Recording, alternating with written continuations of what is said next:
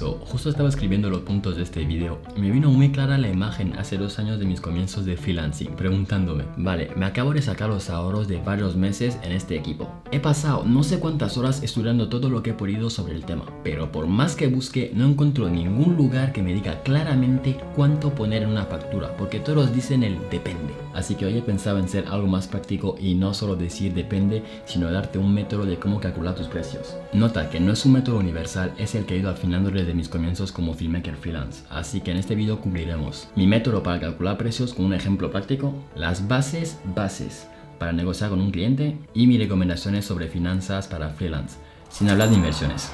No sé de esto. Ya con lo que te ahorres...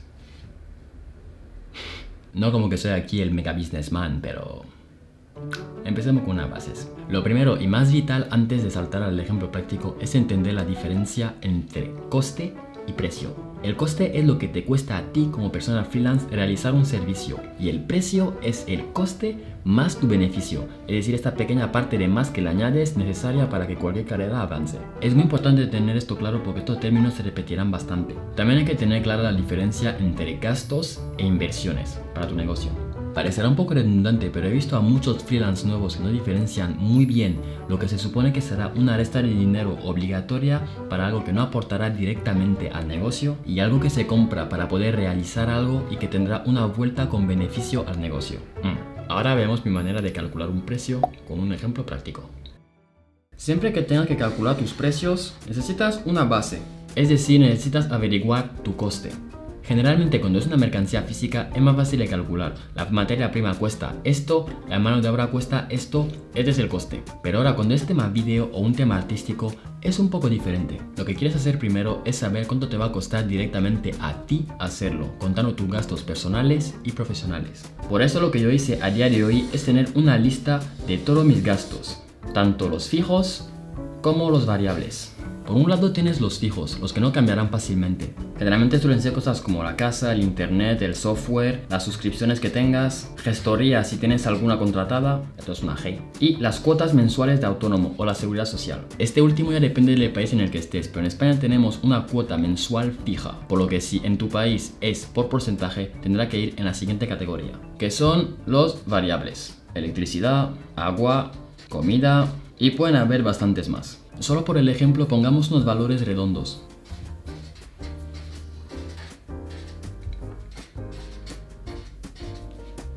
Nota que he simplificado bastante la cosa, pero esta lista para ti dependerá de los gastos que tú tengas. Pero ahora por ejemplo ya sabrías en qué categoría poner gastos como seguros, pagos sociales y demás. Para calcular los variables es simplemente hacer una regla de 3 entre el mes que más gastaste y el que menos. Por ejemplo, para la luz, digamos que en el mes de enero gasté 200 y en el mes de abril gasté 100.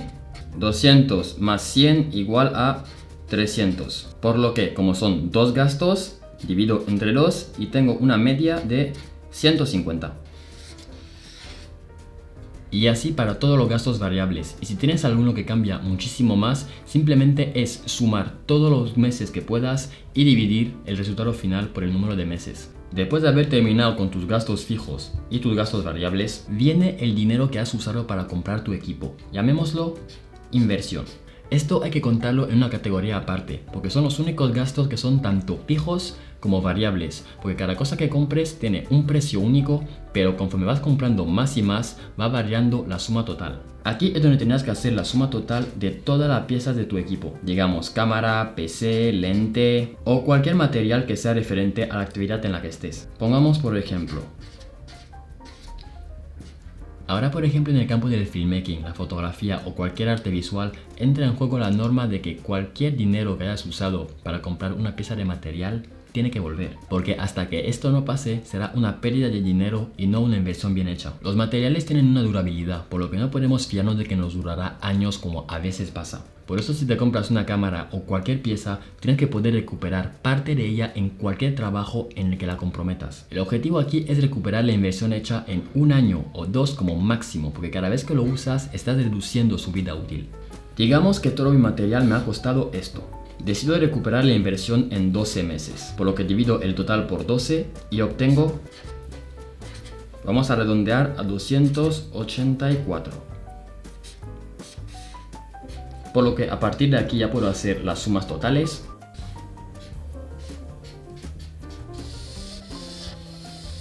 Y esto es mi coste mensual, es decir, lo que me cuesta en un mes ser filmmaker freelance y poder ofrecer mis servicios. Y estos números, estos son los que... Espera, ven conmigo.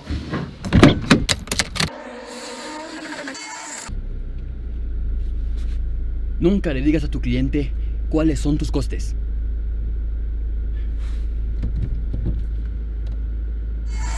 Volveremos al porqué de esto en la parte de negociación, pero por ahora terminemos con esto. Una vez tengas tu coste mensual, ahora entra la parte un poquito más subjetiva, que es cuánto estás dispuesto a trabajar. A lo que me refiero con esto es cuántas horas de tu tiempo estás dispuesto a poner en un mes para tus clientes actuales y para los futuros. Pongamos un ejemplo común. Un trabajador a 8 horas diarias trabaja unas 40 horas semanales y por tanto 160 por mes. ¿Quieres poner a disposición esta cantidad de horas? ¿Quieres trabajar menos para tener más tiempo para otras cosas? ¿Te lo puedes permitir? ¿O estás en tus comienzos y tienes que trabajar incluso más para dar los primeros pasos? Por eso esta es la gran parte de depende de cada situación. Y entiende que esto no podría estar más lejos de la realidad, porque tanto en audiovisual como me atrevería a decir en cualquier carrera freelance, al principio al menos, siempre trabajarás de más, pero decidir esta cantidad de horas nos permite tener una base para poder contabilizar y hacer números. Pero ahora veremos cómo estar cubierto cuando se pasan de horas. Por el ejemplo, cogeremos el caso del trabajador a 8 horas. Lo que haremos para conocer nuestro coste por hora es dividir la cantidad de horas de trabajo mensual por nuestro coste total de antes. Último paso, ahora que tenemos el coste por hora, es calcular el precio por hora. Pequeña nota, en el caso en que tu país haya algún impuesto que vaya por porcentaje, como es el caso del IRPF en España, es el momento de añadirlo. Por ejemplo, yo lo tengo al 20% por ser autónomo empresarial, por lo que le sumo el 20% y ahora tengo mi coste más la parte de impuesto cubierta. En España también tenemos el IVA, pero ya que es un impuesto que dependerá del precio que tú pongas y que técnicamente nunca tendrás en tu posesión, esto se pone al final de todo en una factura, así que aquí no lo contaremos. Para poder calcular mis precios ya tengo mi base, que es mi coste. Ahora viene la hora de poner lo que es tu margen de beneficio. Yo lo que tengo en mi propia tabla de precios es un rango de beneficios que oscila según la situación. Empieza en un 30% hasta un 60% o incluso más. Para decantarme por un rango u otro depende mayoritariamente de si el cliente necesita el proyecto en urgencia o del riesgo que tomo al aceptarlo. El tema de riesgo es mi manera de hablar de la dificultad de un proyecto, de la certeza de que pueda entregarlo según lo convenido. Por lo que cuanto más chungo es el trabajo, mayor es el margen, porque mi negocio está asumiendo más riesgo a nivel de renombre. En otras palabras, si el trabajo es fácil y sé que podré entregarlo sin ningún problema y no me supondrá ningún movimiento raro, el margen será menor. Pero si el trabajo es difícil y me va a requerir aprender cosas nuevas puntuales para el trabajo, o tener que hacer funciones que de normal no hago, o conlleva cualquier riesgo que luego pueda afectar a mi negocio, ya sea a nivel de renombre o a nivel de capacidades, entonces el margen será mucho mayor. Y ya está, ya tendríamos así las bases para calcular los posibles precios para cada proyecto. Ahora te invito a hacer un viaje conmigo a lo que se llama el planeta Tierra. Porque la gran verdad es que es muy complicado poder asegurar como freelance tener esta cantidad de horas cubiertas por trabajo cada mes. Es la razón por la cual, por norma general, tienes que poder llegar al menos a tus gastos mensuales en el primer cuarto del mes, pero estaremos diciendo el 25% del mes. ¿Y por qué 25? ¿Y si algún mes no llego? Ahora vamos a eso. Lo primero aquí es entender la estructura del freelance. Al ser freelancer eres tu propio jefe, empleado, publicista y desarrollador. Por lo que en el mejor de los mundos tendrías que tener el 100% de tu tiempo repartido en 25% para tu trabajo, 25% para hacer contacto y publicitarte, 25% para aprender más cosas y así desarrollar, y por último 25% para tu tiempo libre. Pero esto no siempre es realista, porque dependiendo de dónde estés y qué es lo que hagas, puedes estar sujeto a cosas como temporadas, mayor o menor competencia o demanda cambiante. Lo más seguro es que al calcular tus precios te habrán salido unos resultados no tan satisfactorios, siempre que no te hayas pasado con el beneficio. Bestia. Así que haciendo todos los cálculos y redondeando, digamos que nuestro precio medio nos sale así. Según la norma del 25%, tenemos que poder recuperar todos nuestros gastos con esto. Hagamos un ejemplo. Digamos que nuestro precio medio es este. Ahora nos viene un trabajo que nos requerirá una jornada completa. Contemos 8 a 10 horas, contando preproducción, producción y postproducción. Entonces lo que tendríamos que hacer es multiplicar 17 por las 10 horas. y tendríamos un total de 170. No sé tú, pero yo nunca he podido tener la cantidad suficiente de trabajo para sacarme un mes así. Y hablando por España, este precio está muy por debajo del mercado si vives de eso.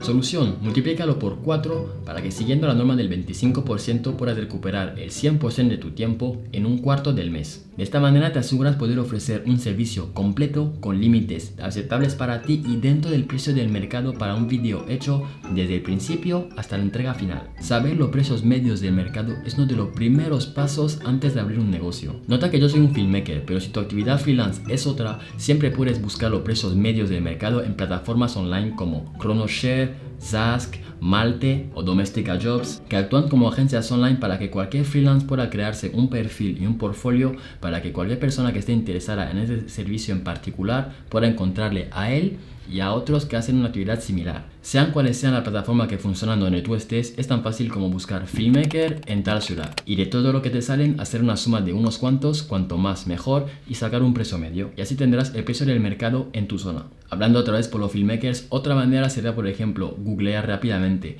las productoras audiovisuales que están en tu ciudad y de todas las que veas seguramente más de una tendrá sus precios base en su web. Y luego, como antes, anota tantas como puedas, analiza qué es lo que incluyen los precios y luego haz una media para sacar el precio medio del mercado. También podrías llamarles directamente y preguntarles explicando tu situación y ya está. Ya, lo hice.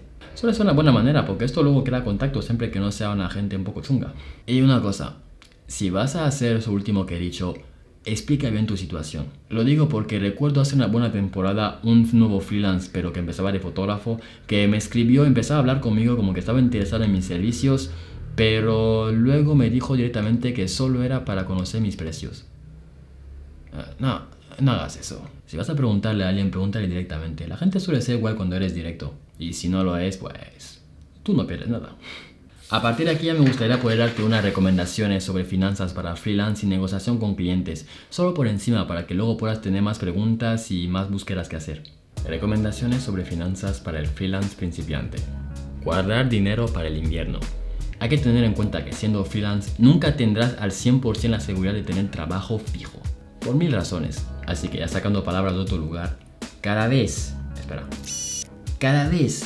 que recibas un pago, sácate mínimo la 10ª parte del dinero que te quede después de haber sacado la parte correspondiente a los impuestos si tienes. Es decir, recibes un pago, si tienes impuestos a este dinero le sacas la parte correspondiente a ellos y el dinero después que va a tu bolsillo sacas la 10ª parte y lo pones en una caja que llamarás literalmente para cuando se queme la casa. Porque es muy importante como freelance, es decir, como mi empresa que somos, tener un dinero de seguridad para cubrir errores y los momentos en los que no haya trabajo. Y si quieres, otra gran razón de hacerlo en cualquier pago es que si no lo haces y no construyes una base de seguridad, siempre estarás en situación de sed. Es decir, tener que aceptar cualquier trabajo con tal de saciarla. Y es la peor situación en la que estar, porque cuando no tienes nada, aceptas lo que sea que te den. Y esta es una de las grandes razones por la que muchos negocios nuevos se desaniman al principio. Así que primer objetivo como freelance, crear este colchón de seguridad.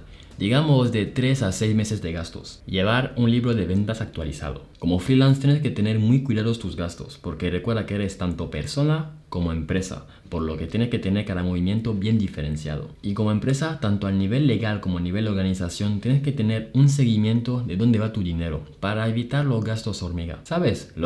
Hey, ¿dónde han pasado estos 200 euros que tenía a principio de mes? Si no he comprado nada. Y esta varita de chocolate que luego te hizo tener mucho cambio y que decidiste comprar un refresco para no llevar tantas monedas encima. A estos me refiero. Es un ejemplo un poco abusivo. Cómprate todas las varitas que quieras. Pero es para hacerte ver que esos pequeños gastos que no seguimos son los que si no tenemos mucho cuidado terminan por hacer un agujero gigante en nuestras finanzas que pueden tener malas consecuencias. Así que mi recomendación es a cada mes ponte un límite total de cuánto quieres tener para este tipo de gastos. De la fórmula de antes, toma esta parte muy en serio. Porque la gran verdad es que aun habiendo empezado, aún tenemos todo que aprender. Cada vez que saldrás de hablar con un cliente y ese te dirá que no, tendrás que preguntarte por qué. E incluso si te dice que sí, tendrás que preguntarte también por qué. Cómo mejorar tus técnicas, cuáles son las novedades en mi campo. Toda la información que te añadas permitirá a tu negocio guardar una esencia a la vez que aire fresco. Porque si no será demasiado fácil caer en el molde de hacer lo mismo que todos, por lo tanto ser visto como todos. Y vamos a ser sinceros, no somos como todos. De aquí creo que ya podemos saltar a la base de la negociación con un cliente. Al menos las claves que he podido aprender hasta ahora. Nunca le digas a un cliente tu coste. Un cliente no necesita saber cuál es tu coste o qué margen de beneficio te pones. De hecho, hacer el error de abrir este tema con un cliente trae la mala lógica de que cada 1% de beneficio tuyo es un 1000% de fastidio para él. El cliente solo necesita saber cuánto va a tener que desembolsar para realizar el proyecto de principio a fin. Darle un nuevo sentido a la palabra mínimo. Aquí la palabra mínimo es lo que diferencia tu principio de tu final. Y ya no es solo sobre tema monetario, sino más bien sobre tema de mentalidad. Porque si ya conoces tus costes, tus gastos, tus márgenes, y aún así a un cliente profesional nuevo o de costumbre te vendes por debajo de tu coste, lo que estás diciendo es que vales menos de lo que estimas mínimo. Esto es puro veneno para tener que mantener la cabeza erguida, por lo que nunca te vendas por debajo de lo que tú estimes el mínimo. Si un cliente no está dispuesto a pagarte lo que tú estimas mínimo, tú no tienes por qué hacer el trabajo que él quiere. Tener una razón por un precio y un descuento. 99% de los clientes al principio te dirán, ¿qué caro eres? ¿Me haces un descuento? La pregunta aquí es, ¿por qué? ¿Acaso hemos trabajado más de una vez para que yo sepa que esto es una relación larga y en la que puedo ser más flexible? ¿Acaso es un trabajo muy grande que me va a mantener ocupado y cubierto durante una larga temporada? ¿Acaso has entendido siquiera por qué pongo este precio? A muchas de estas preguntas no podemos contestar, por lo que mi recomendación aquí es tener una razón de por qué tienes un precio comparado con otra gente. Y aquí es un poco abstracto porque no es una cosa que siempre se puede hablar con palabras. Por eso uno de los primeros pasos estratégicos es crearte un portfolio, una web, un cuerpo de trabajo que pueda hablar por ti. O si no, otra opción, y eso creo que personalmente ha sido mi punto fuerte por cómo soy, es darle a un cliente un plan. Es decir, hablar con él, hacer preguntas, recolectar la suficiente cantidad de información durante el tiempo que yo veía correcto según la prisa que tenía el cliente para realizar el proyecto. Y volver a él con un plan, con un documento ilustrativo que diga cómo irá el proyecto, cuánto tiempo necesitaré, qué necesitaré, cuánto necesitaré. Y es que cuando te portas así con un cliente, el buen cliente no se puede ni atrever a contestarte a por qué tu precio está ligeramente por encima de la media del mercado. Porque le has enseñado que entiendes su proyecto, le has enseñado que sabes cómo llevarlo a bien, y esto no tiene precio. Ahora, seguramente el paso más importante para un freelance. En 2 palabras, haz contratos. Siempre. No te puedo contar lo de veces que este pequeño esfuerzo me ha salvado de problemas muy grandes. Y no tiene por qué ser un contrato legal o algo muy complejo, simplemente un documento que recoja todo lo que habéis dicho junto con tus condiciones personales, para asegurarte de que el cliente y tú habláis el mismo idioma y que cuando pase el tiempo y se vayan olvidando cosas, asegurarte de que nadie se intentará aprovechar de ti. Un documento simple, una hoja y media que tú y tu cliente tenéis que firmar, que contenga tus condiciones personales, lo que habéis hablado, los márgenes que habéis hablado, los precios que habéis hablado, qué es lo que se hará, y es un documento que tendréis que tener firmado tu cliente y tú, y cada uno con una copia. Y obviamente las cláusulas irán cambiando según el proyecto que sea o según las condiciones que veas más o menos convenientes para ti. Para intentar ayudarte, porque sé que es un tema que impresiona un poco, dejaré en la descripción un ejemplo de mis contratos, esperando que te ayude a hacer los tuyos. Así que ya, creo que la guía financiera del freelance tomo 1 cerrado. Simplemente entiende que todos esos datos, números y condiciones en los que estés ahora dará igual. Todos estos datos pequeños o grandes con el tiempo cambiarán por tus obras y tu trabajo. Así que espero que este grano de arena ayude a eso. Como siempre, muchas gracias por estar hasta aquí conmigo. Y sí, te veo en los próximos.